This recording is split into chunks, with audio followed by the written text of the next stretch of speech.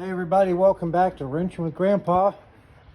I'm learning more about chrome and metal restoration every day. As you may have seen or heard, I recently was gifted some wonderful US chrome slotted mags from a dear friend now in North Georgia. And I had been working on trying to get them from looking like this to something better.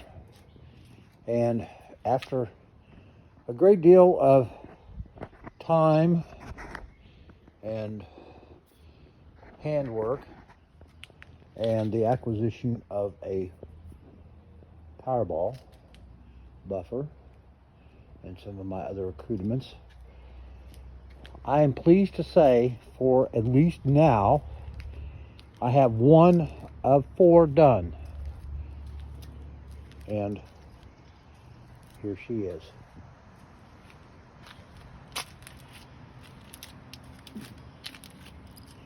Now, she's not like brand new, but she's pretty darn close for a wheel that's probably 20 to 30 years old.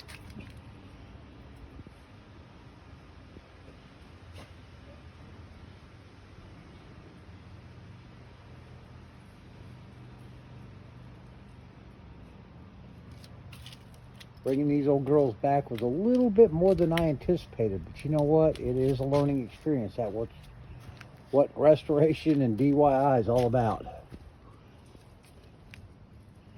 But I'm very pleased with the way they're coming out.